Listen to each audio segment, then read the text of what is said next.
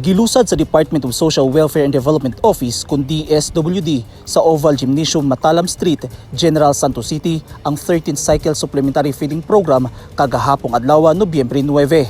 Gipangunahan nila Congressman Ton Atcharon ug Mayor Lorely Pacquiao ang pag-turnover sa goods o commodities alang sa programa. Apil sa gi-turnover ang counterpart sa lokal nga gobyerno nga 11 million pesos nga kantidad sa mga itlog o gatas alang sa mga bata. Sa tinguha nga wala na yung mga bata nga magutman sa syudad. Hinaot ko nga mas daghan patang matabangan sa atong administrasyon nga ikalipay sa katawhan sa General Santos. Sa inyong tanan, daghang salamat. God bless everyone. Sulod sa 120 days sa programa, libre ang pamahog paniudto sa mga batang benepisyaryo sa ilang mga classroom. Dunay 234 ka mga daycare center sa Jensan, diin kapin 9,000 ka mga bata ang makabenepisyo sa programa.